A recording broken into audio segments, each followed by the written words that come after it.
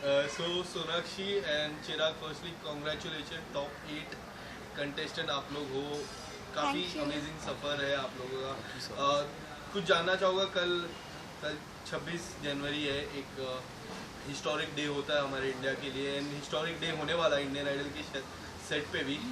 पहले तो इस सफ़र के बारे में कुछ जानना चाहूँगा। आप कश्मीर से आते हो, जम्मू कश्मीर से आते हो, आप कोलकाता से आते हो, मुंबई में आके इंडियन आइडल के उस मंच पे कुछ बता दीजिए। पहले तो तहे दिल से शुक्रिया सबको। देखिए, जर्नी शुरू हुई थी ऑडिशन से। हम दोनों ही जो है और बाकी कंटेस्टेंट जो है एक लाइनों में लगे थे हम लोग।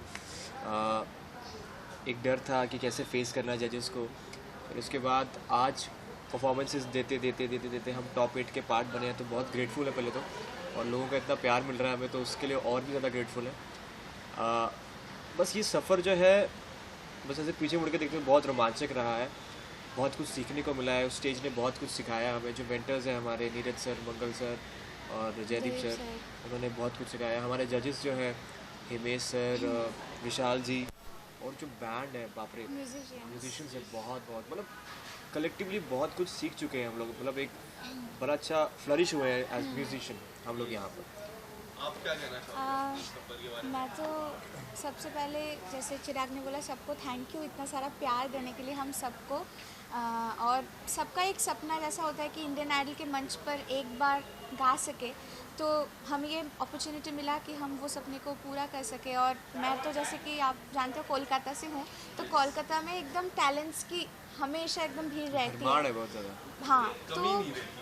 कमी नहीं है, बिल्कुल नहीं है। हाँ, तो वहाँ से मैं इतनी दूर तक आई हूँ क्योंकि ऑडिशंस में भी काफ़ी सारे लोग थे कोलकाता से। इतने सारे टैलेंट्स आए हुए थे पूरी इंडिया से, तो उसमें से सिलेक्ट हो पाना टॉप 8 तक, ये मेरे लिए बहुत ही ज़्यादा बड़ी बात है। और यहाँ पे आके तो सीखने के तो मिला ही, बहुत सारे दोस्त मिले हैं, बहुत हम एक साथ एकदम घुल मिल गए, बहुत कुछ एक दूसरे से सीखने को मिला है। सीखने को मिलता है। जैसे सोनाक्षी से सीखा है मैंने कि आलस नहीं करना बिल्कुल भी। टॉप 8 का सफ़र में अगर मैं बात करूँ, क्या लगता है कौन आपके लिए सबसे स्ट्रॉन्ग कंटेस्टर है? आपको क्या लगता है कि ये ज़्यादा टफ है, और आपको कौन लगता है सोनाक्षी कि ये ज़्यादा प्लेयर स्ट्रॉन्ग है? मैं तो मतलब देखिए, ऐसे, इस बात पे हम दोनों एग्री करेंगे कि इधर सारे ही जो है अपने बेस्ट, क्योंकि अपने जोन Yes. के बेस्ट इसका इसका मतलब एक रीज़न तो ये है कि सबके अलग अलग जॉनर्स हैं, मतलब सब एक उनके जॉनर्स में एकदम एक्सीलेंट है, अपने तो जोन में बहुत perfect बहुत ज़्यादा परफेक्ट है। तो कंपटीशन एक दूसरे के साथ नहीं, हमारा कंपटीशन बहुत अच्छा वाला कंपटीशन Healthy, होता healthy, best. है, हेल्दी कंपटीशन होता है कि एक जन अगर अच्छा गा रहे तो हम ये करते हैं कि हमारा जब नेक्स्ट परफॉर्मेंस होगा हमारा उससे भी ज़्यादा अच्छा होगा, मतलब ऐसा वाला। ये नहीं कि इसका थोड़ा वैसा खराब हो जाए, ऐसा कभी भी हेल्दी नहीं कॉम्पिटिशन होता है, है। खुद बहुत से है अच्छा। बेसिकली कि अपना प्रीवियस वर्जन जो है उससे ज़्यादा बेटर गाना है हर बारी में। क्योंकि आगे जाके जो सभी ये लोग, हम लोग तो सब अच्छी मेहनत कर रहे हैं सारे।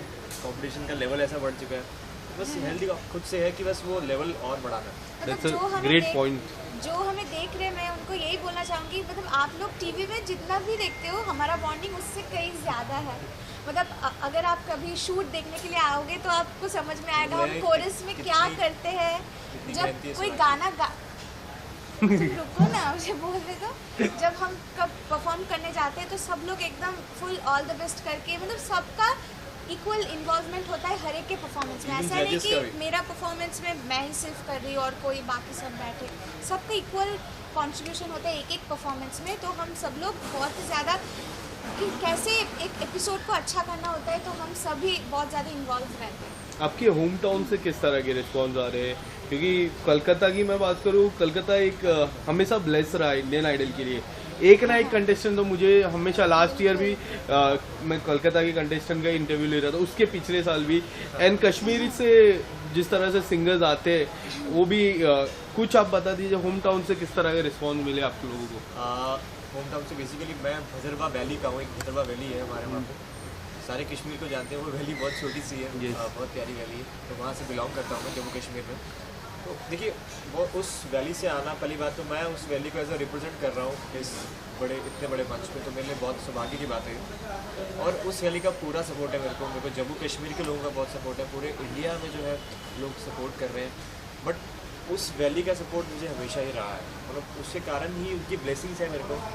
वहाँ पर जो लोग हैं वो लोग फुल टू वोट करते हैं, फुल टू सपोर्ट करते हैं, तभी जाके यहाँ तक पहुँच पाया हूँ मैं।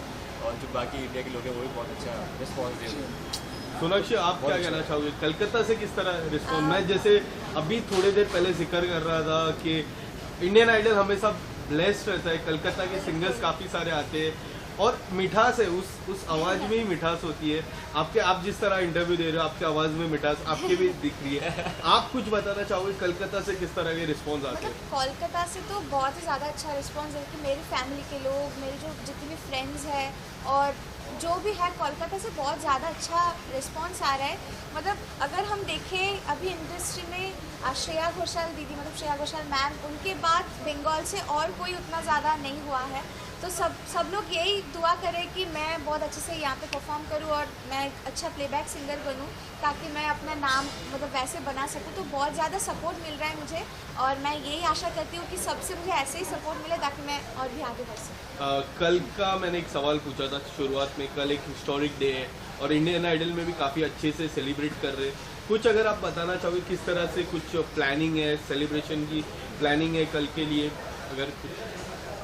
पहली बात तो 74th रिपब्लिक डे है हमारा, तो बहुत बड़ी बात है हमारे लिए, तो स्पेशल ओकेजन भी है और स्पेशली बहुत वो जो लोग आ रखे हैं, लोग नहीं कहूँगा, जो आपने स्पेशल देखा वंस आ होगा रखे हैं। एपिसोड में, जो हमारा एपिसोड आया था रिपब्लिक डे स्पेशल वाला, तो उसमें काफ़ी सारे इम्पोर्टेंट सभी आए थे, yes. जवान आए थे तुम्हारे मेरे तो हमें ब्लेस कर रहे हैं, मुझे ब्लेस कर रहे हैं। स्पेशली आए थे परमवीर चक्र योगेंद्र सिंह यादव जी, और उनकी जर्नी सुन के मतलब रोंगटे खड़े करते थे। वो करगिल वॉर के एक हीरो है बेसिकली, राइट। वो उनको जो गोलियां लगी, कितनी सर्वाइव करके, उसके बावजूद भी 17 गोलियां बाप रे बाजू में खाने की किसी की हिम्मत नहीं होती है। बट उन्होंने जो जर्नी बताई अपनी, वहाँ जाके वो टाइगर हिल पे, बाप रे बाप, वो सब सुन के ऐसा जोश भर गया, रोंगटा आंसू ये सब चल रहा था। तो एक अलग ही माहौल था।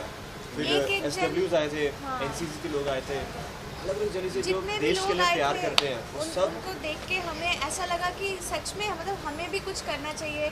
हम यंग जनरेशंस है अभी, मतलब उनसे बहुत कुछ सीखने के लिए मिला। उनका जो विल पावर, बिल्कुल एक अलग ही वाइब थी उनकी जब वो बात कर रहे थे, और उनसे लग रहा था कि नहीं यार, एक अलग ही सोच दी उन्होंने कि मतलब ऐसा भी कर सकते हैं हम देश के लिए, राइट। तो बहुत अमेजिंग एपिसोड था।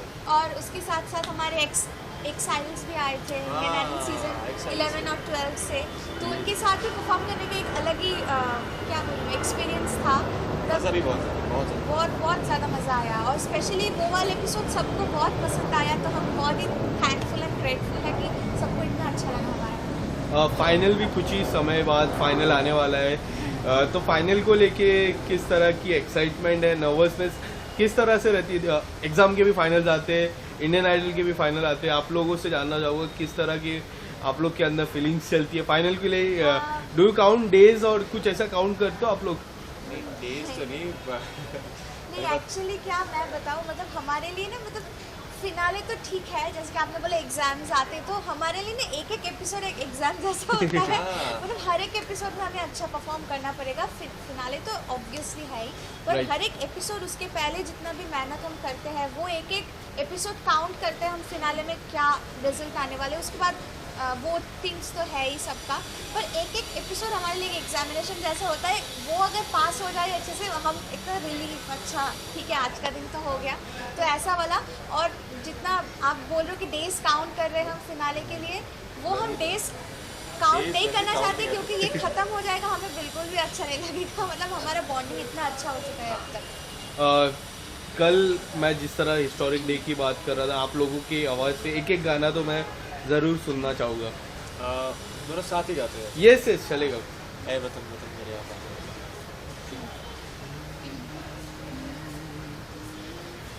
ऐ वतन वतन मेरे आबाद रहे तू, ऐ वतन वतन मेरे आबाद रहे तू, मैं जहाँ रहूँ जहाँ में याद रहे तू, मैं जहाँ रहूँ जहाँ में याद रहे तू, ऐ वतन मेरे वतन, ऐ वतन मेरे वतन।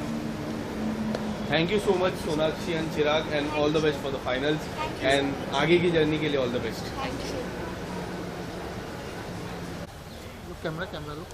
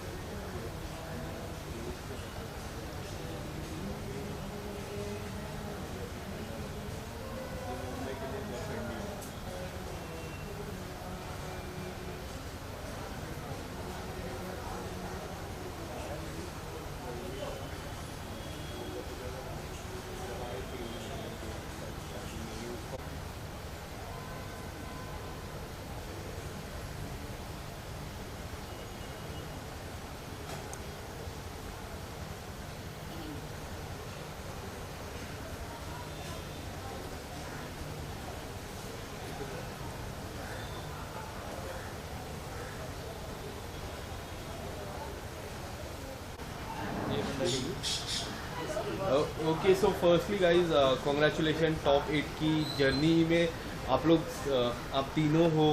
पहले तो जानना चाहूँगा कि जिस तरह का सफ़र रहा है, काफ़ी अमेजिंग सफ़र रहा है आप लोगों का, कुछ आप बताना चाहोगे इस जर्नी के बारे में? हाँ, काफ़ी सफ़र अब तक का तो बहुत ही एक्सपीरियंस पूरे भरा हुआ रहा है और काफ़ी चीज़ें हमने नई एक्सप्लोर करी है इंडियन आइडल में आके। हम पहले भी जितना हम गा रहे थे, अब उतना हम क्या कहते हैं उसको कि हम इम्प्रूव कर रहे हैं, हर एक जोन में हम इम्प्रूव कर रहे हैं। और जजेस भी हमको इस चीज़ को लेकर काफ़ी अप्रिशिएट किया है कि हाँ तुम लोग मतलब कुछ कोई भी गाना दे दो, चाहे नवदीप हो, चाहे ये हो, चाहे हर एक कंटेस्टेंट, सबको यही बोलते हैं तो कोई भी गाना दे दो, गा सकते हैं। कोई ये नहीं कहेगा कि ये वो नहीं गा सकता, ये नहीं गा सकता। तो सबसे इम्पोर्टेंट बात अबाउट योर जर्नी। अगर या पिछला टाइम भी आपने यही पहन के इंटरव्यू दिया था। एक काम करते हैं इधर बैठे गाइस, शुरुआत से अपन इंटरव्यू करते हैं। मैं पहला सवाल वही पूछूंगा, ठीक है? सो गाइस, पहले कॉन्ग्रेचुलेशन टॉप 8 की जो जर्नी है उसमें आप तीनों हो, उसके लिए तो कॉन्ग्रेचुलेशन करना चाहूँगा। पर आपसे थोड़ा सा अपनी जर्नी के बारे में, अब तक का सफ़र किस तरह का रहा है आप लोगों का? आपसे ही शुरुआत करता हूँ मैं। अगर शुरू से अगर बात करें तो शुरुआत से लेके अब तक बहुत कुछ सीखने को मिला है। ऑब्वियसली हम सबको सीखने को मिला है। तो शुरुआत में पर्सनली हमारा जो था कि मतलब थोड़ा सा स्टेज फियर था हमारा, वो अभी जाके जैसे से अभी ये कॉम्प्लीमेंट मिलता है कि लाइक गाने के साथ साथ परफॉर्म भी करना, मतलब एज अ परफॉर्मर मैं बिल्कुल ठीक हूँ, मतलब ये कॉम्प्लीमेंट भी मिलता है। तो ये एक्चुअली मेरे लिए बहुत बड़ी बात है कि जहाँ मेरा स्टेज फियर था और अभी आके जजेस मुझे बोल रहे हैं कि मैं एक कंप्लीट परफॉर्मर हूँ, तो मेरे लिए बहुत बड़ी बात है और बहुत कुछ सीखने को मिला है। आप लोग क्या कह रहे हैं? मेरा तो देखिएगा, जब ऑडिशन के दौरान में आया था स्टार्टिंग में, तो तब इतना एक्सपीरियंस नहीं था मुझे, क्योंकि काफ़ी चीज़ें यहाँ पर सीखने को मिली हैं। काफ़ी चीज़ें टेक्निकली होती हैं, कई चीज़ें जो स्टेज पर काफ़ी ज़रूरी होती हैं स्टेज प्रेजेंस के लिए, तो वो काफ़ी चीज़ें मैंने सीखी हैं। और वहाँ से लेकर अब तक का काफ़ी मेरा इम्प्रूवमेंट हुआ है, क्योंकि इन चीज़ों का पहले पता नहीं था, तो वो चीज़ें भी पता लगी हैं। कई चीज़ें मुझे जजेस से पता लगी हैं, कई हमारे मेंटर्स हैं यहाँ पर, वो हमें समझाते हैं कि ये चीज़ ऐसे नहीं, ऐसे चाहिए। तो मतलब काफ़ी इम्प्रूवमेंट हुई है और काफ़ी एक्साइटमेंट वाला मतलब जर्नी रहा है शुरू से यहाँ तक, और आगे भी दुआ करते हैं कि बहुत ज़बरदस्त रहेगा। हाँ, मेरी जर्नी तो ऑब्वियसली मुझे अभी भी याद आती है अपनी जर्नी की। मैं जैसे आया था, फिर वो इंडियन आइडल का वो फर्स्ट प्रोमो, उसके बाद मेरा इंडियन आइडल का पहला गोल्डन माइक, वो सब पूरा दिमाग में मेरे बार बार चलता रहता है कि वो सारी चीज़ें कितनी हमने देखी थी, और उसके बाद यहाँ तक पहुँच गया। वो टाइम कब बीत गया पता ही नहीं चला, और मैं खुद नहीं चाहता, इनफैक्ट मेरे ख्याल से जितने भी टॉप 8 हैं वो खुद नहीं चाहते कि टाइम कभी ख़त्म चलता रहे, इतना मज़ा चलता है रहे, बिल्कुल। और आप सब लोग पसंद कर रहे हो। कल की मैं बात करूँ रिपब्लिक डे की, 74th रिपब्लिक डे हमारे भारत का, और इंडियन आइडल में भी काफ़ी अमेजिंग शूट हुआ है, हमें जिस तरह पता चला है।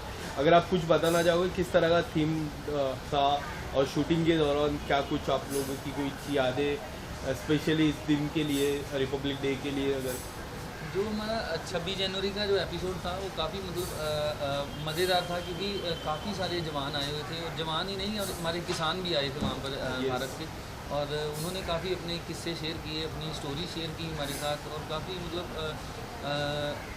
रोज़ वाला भी उन्होंने अपना सारा जो ज़िंदगी का उनका सफ़र रहा है, क्योंकि उन्होंने काफ़ी जाने कुर्बान की हैं। हमें आज यहाँ पर आप सभी के सामने अगर हम बैठे हैं तो आज उन्हीं की बदौलत बैठे हैं, क्योंकि उन्होंने अपनी ज़िंदगी कुर्बान की है इस देश के लिए, और उनके सामने हमने परफॉर्म किया, ये सबसे बड़ी बात है।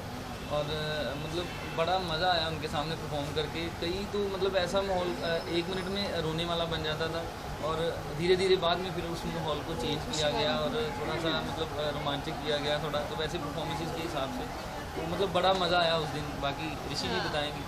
एंड चिराग ने मुझे अभी हाल ही में इससे पहले मैं चिराग का इंटरव्यू कर रहा था, तब चिराग ने मुझे एक स्टोरी बताई, काफ़ी अमेजिंग थी, काफ़ी दर्दनाक स्टोरी बोल सकते हैं। आप लोगों को कुछ अगर स्टोरी कुछ शेयर करना चाहो, कोई किसान या फिर किसी की।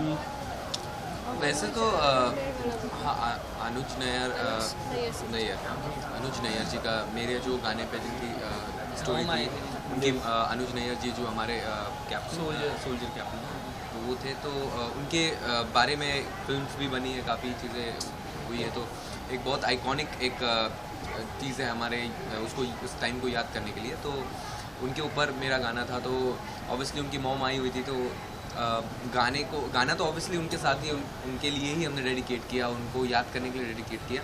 उससे पहली बात जो उनके ऊपर जो बुक लिखी गई थी द टाइगर ग्रॉस, तो वो बुक्स हमारे लिए लेके आई थी उनकी मॉम, सब कंटेस्टेंट के लिए, जजेस के लिए। उस टाइम सभी मतलब जब उनका मतलब स्टोरी चल रही थी तो सभी रो रहे थे, मतलब एक भी से नहीं रो नहीं रहे थे, क्योंकि एक तो उनकी उम्र ही मतलब 23 साल की उम्र थी जब उन्होंने वीर गति प्राप्त कर ली। वही भगत सिंह जी की उम्र थी जब उतनी एज में वो गए थे इस दुनिया से, और उतनी एज को ही वो गए।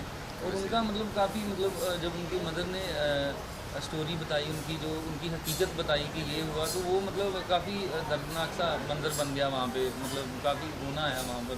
तो दिल से मतलब दुआ की फैमिली के लिए, लेकिन काफ़ी गर्व भी महसूस होता है अपने आप पे कि ऐसे लोग हैं जो मतलब जिनकी वजह से हम आज ज़िंदा हैं, जिनकी वजह से आज हम अपना रोज़ सुबह सूरज देखते हैं, और मतलब बहुत बड़ी बात है ये सच्ची। ओके, सो आपके होम टाउन से किस तरह का रिस्पांस आ रहा है लोगों की तरफ से? क्या सोशल मीडिया से किस तरह से एंगेजमेंट हो रही है फैंस से? अगर कुछ आप बताना चाहोगे आप बताइए। आप काफ़ी शांत दिख रहे हैं पूरे इंटरव्यू के दौरान। शांत है, माहौल याद आ गया होगा ना, तो इसलिए तो बहुत ही अच्छा, मतलब सबसे अच्छा रिस्पांस आ रहा है, मतलब क्या ही बोले, होम टाउन से तो आ ही रहा है, और बेसिकली सोशल मीडिया से जो प्यार आ रहा है, सब मतलब जो भी पोस्ट करे उस पर इतने अच्छे कमेंट, सबके इतने ब्लेसिंग्स आ रहे हैं। और फैन मतलब जो फैंस जो वेल विशर्स हैं हमारे, वो इतने अच्छे वीडियो बनाते हैं ना, मतलब पूरे एपिसोड के जो थोड़ा क्लिप लेकर तो एडिट करके जो वीडियो बनाते हैं हमारे लिए, वो बहुत मायने रखता है। मतलब तो बहुत ज़्यादा ब्लेस्ड फील कर रहे हैं कि इतना प्यार मिल रहा है। फाइनल के लिए क्या कुछ प्रिपरेशन कर रहे हो आप? आपसे जानना चाहूँगा। एकदम पूरी मेहनत करें कि ताकि मतलब जो हम अभी टॉप 8 पे आ गए तो इसको फिनाले तक ले जा सके।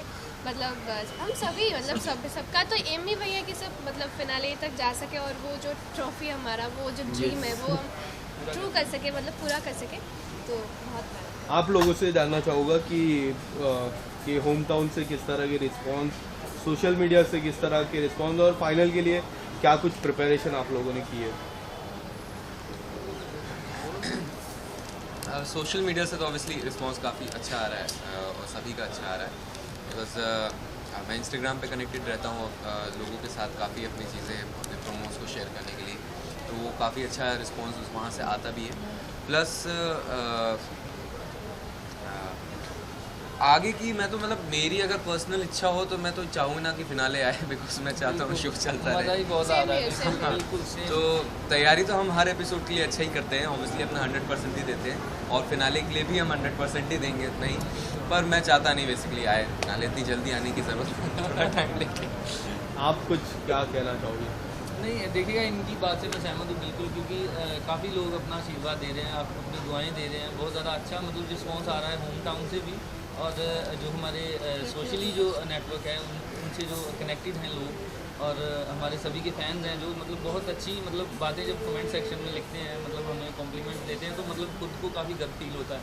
तो मतलब वो फिर मतलब मज़ा आता है, मतलब जो मेहनत की है मतलब घर पे बैठ के जो अपने होम टाउन में मेहनत की है वो यहाँ पे रंग दिखाती है। तो मतलब जब कोई आगे से इतना अच्छा रिस्पॉन्स दे तो काफ़ी खुशी होती है अंदर से कि हमारी जो मेहनत थी वो ज़ाया नहीं गई, मतलब उसका फल धीरे धीरे मिल रहा है। तो फिनाले के लिए भी मतलब सभी फिनाले के लिए ही नहीं, मतलब जो नेक्स्ट एपिसोड होता है उसमें मतलब पूरा जी जान लगा रहे हैं, सभी अपनी मेहनत कर रहे हैं कि मतलब फिनाले तक तो कोई सोचा ही नहीं है, मतलब नेक्स्ट एपिसोड पे हमारा फोकस होता है कि यार अगला एपिसोड आया बस इसमें पार्ट कौन आने वाला है। मेन बात ये है कि जब विशाल सर ने बोला था ना कि अभी इसके बाद से 4 वीक को एलिमिनेशन नहीं होगा, तब इतना खुशी हुआ था कि वाह अभी और भी टाइम है, अपने अपने बेस्ट ही देने हैं। हाँ बेस्ट देने हैं। ओके, सो कल 26 तारीख है, जाते जाते आप लोगों की एक एक लाइनें मैं सुनना चाहूँगा। साथ में भी गा सकते, सोलो भी गा सकते, ठीक है। साथ में ही गाते साथ में। और अच्छा गाना गाते हैं जो हमारे वहाँ पे नहीं हुआ। ये गाए ऐसा नहीं है, नहीं वो हो गया आजा आजा जिंद शाम आने के तले।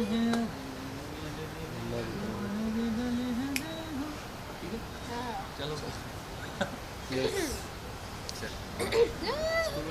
स्कूल कह रहा हूँ, स्केल देख रहा हूँ। 1 2 3 आजा आजा जिंद शाम आने के तले, आजा सरी वाले नीले सुनाने के चले हैं। जय हो डरडन जय हो डरडन जय हो डरडन जय हो जय हो जय हो जय हो जय हो जय हो। Thank you so much and आगे के सफ़र के लिए और फाइनल के लिए all the very best. Thank you so much. Thank you. Camera look ये चॉकलेट इसमें आ रही। मेरा फिल्म का प्रमोशन हो जाएगा, डोंट वरी। मैंने दी हुई है, नीचे से लिख देना रूना जी की दी हुई जीवन में हाँ।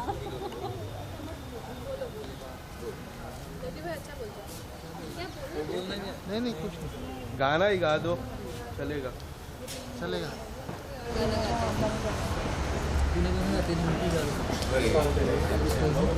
तुझे इसका गाना मेरा नाम एक लाइन का गानी है, कोई भी गा दो। ये जो देश है मेरा, ये जो देश है मेरा, ये लंबा बहुत है, चलता ही जाएगा। ये जो देश है मेरा। I don't click picture Baba Runa. Rolling. समय से आते हैं हमें तड़पाते हैं, कि चिट्ठी आती है पीछे जाती है, कि घर कब आओगे, कि घर कब आओगे, लिखो कब आओगे, कि तुम बिन ये घर सूना सूना है। थैंक यू भाई। Thank you. बोलो। पहले तो कॉन्ग्रेचुलेशन, टॉप 8 की जो जर्नी रही है आप लोगों की, काफ़ी खास जर्नी है। एंड इस जर्नी में जो शुरुआत से मैं बात करूँ, एक ड्रीम स्क्वाड का नाम दिया था आप लोगों को, और अब वो ड्रीम स्क्वाड में 8 ही खिलाड़ी बचे। तो आप लोगों से जानना चाहोगे किस तरह की फीलिंग होती है जिस तरह आप लोग ये इंटरव्यूज देते हो।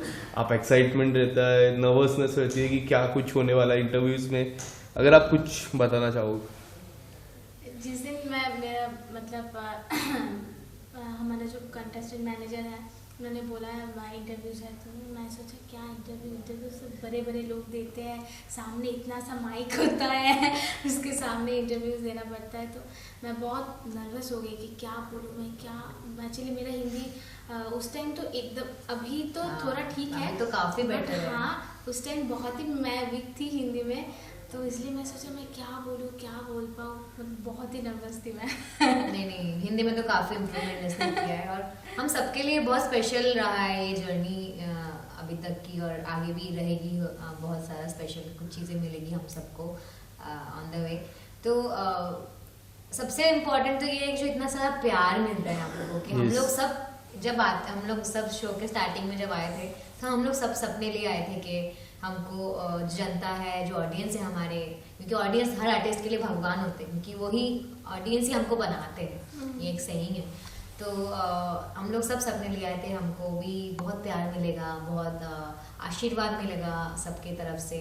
जो ये सपना हमारा सच हो गया है, सब हमको इतना प्यार दे रहे हैं, जहाँ पे भी जा रहे हैं लोग हमको पहचान रहे हैं, ये एक बहुत बड़ी बात है कि एक आइडेंटिटी मिला है हमको।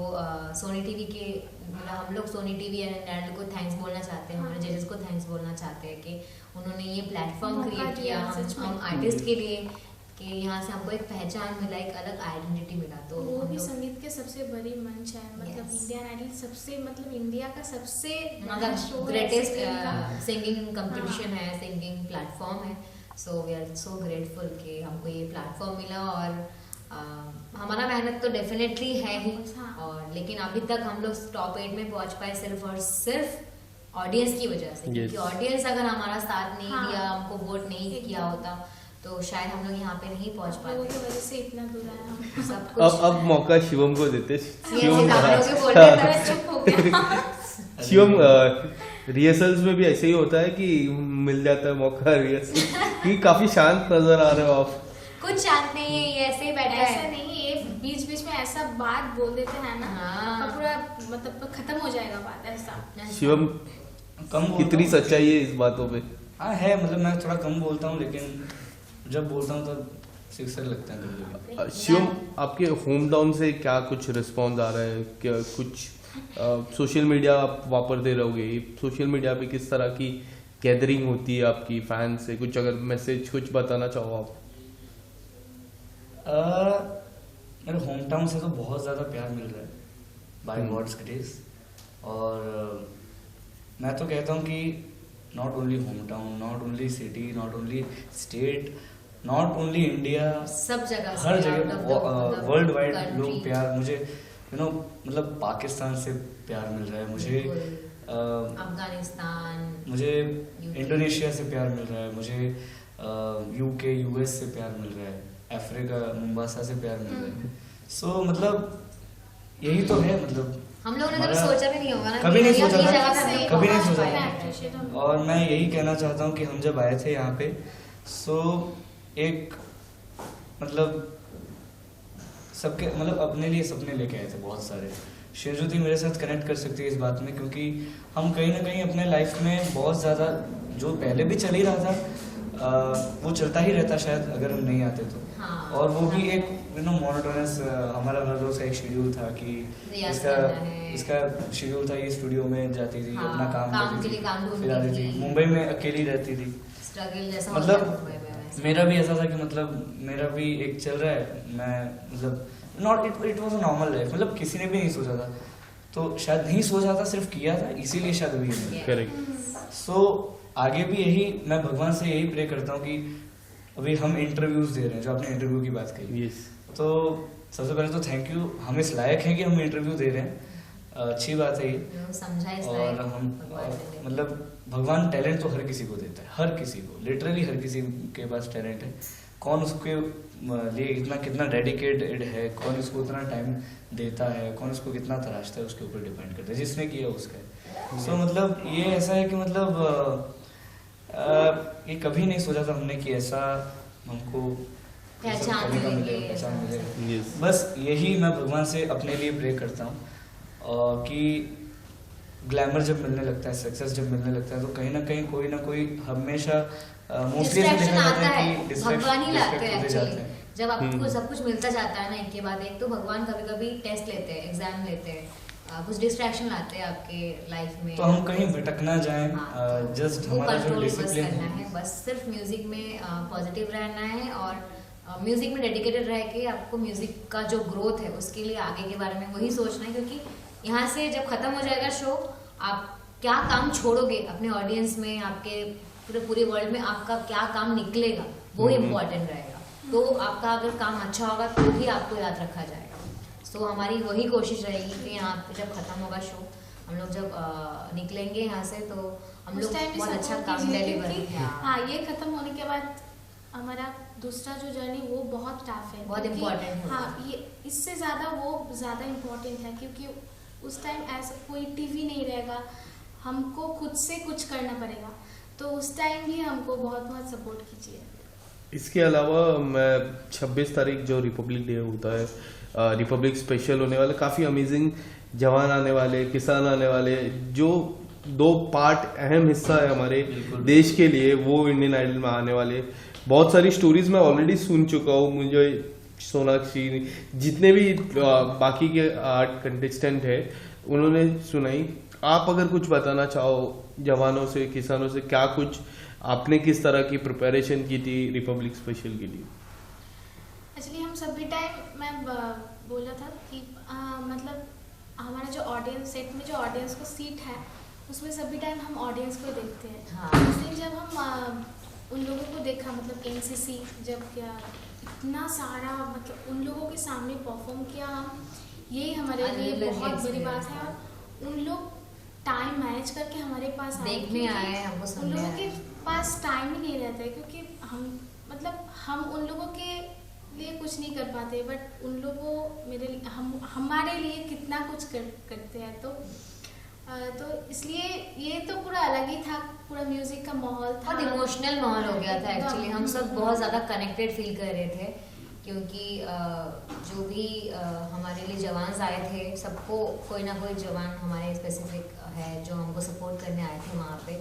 और सबकी स्टोरीज जो लाइफ की कहानियाँ हैं, वो हमको बहुत इंस्पायर कर रहे थे, क्योंकि हम लोग सोचते हैं कि छोटे छोटे चीज़ में हम लोगों को स्ट्रगल होती है, कि हम लोग सोचते हैं कि हम लोगों ने बहुत स्ट्रगल देख लिया है, बहुत कुछ देख लिया है लाइफ में।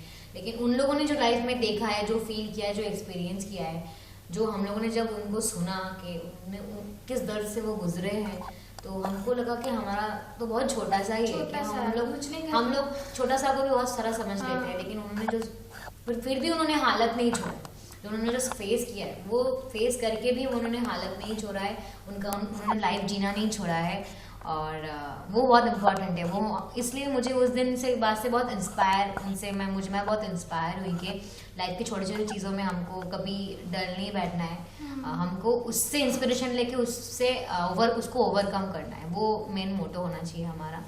तो उस दिन हम लोग बहुत इमोशनली कनेक्टेड थे, और हर एक चीज़ जो हो रहा था हम लोग दिल से कर रहे थे।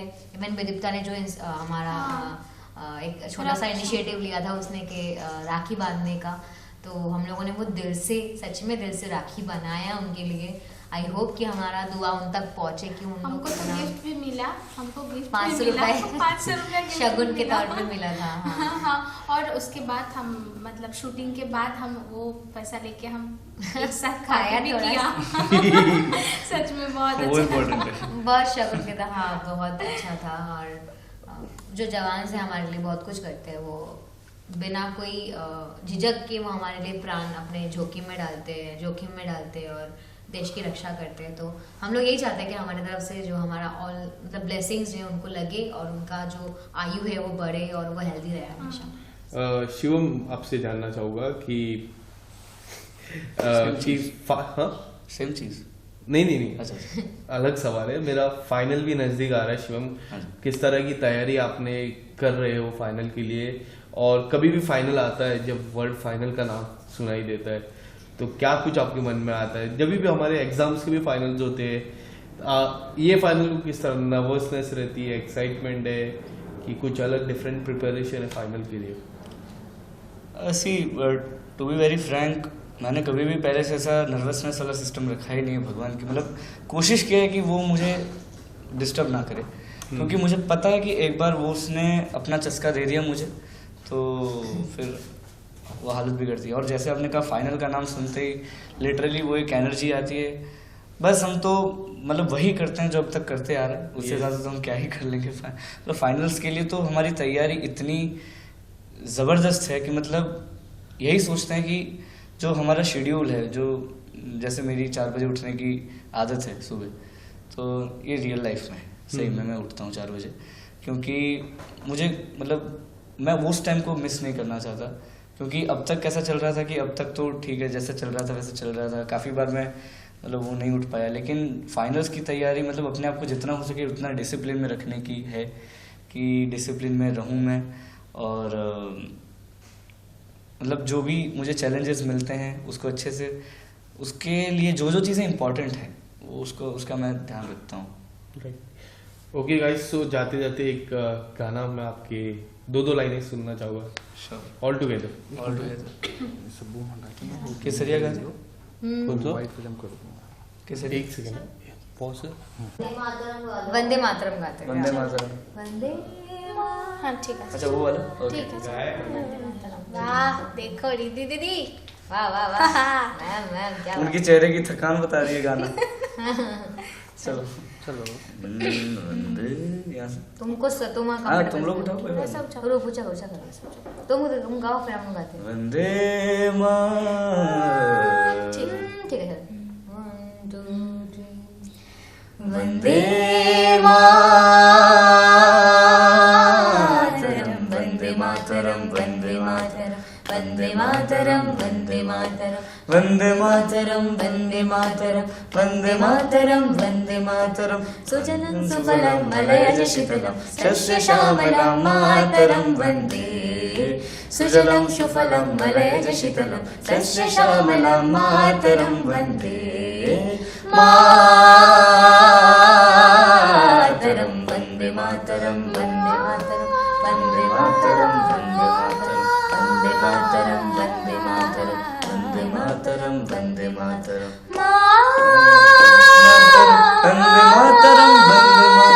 वंदे मातरम वंदे मातरम वंदे मातरम वंदे मातरम वंदे मातरम। जय हिंद। जय हिंद।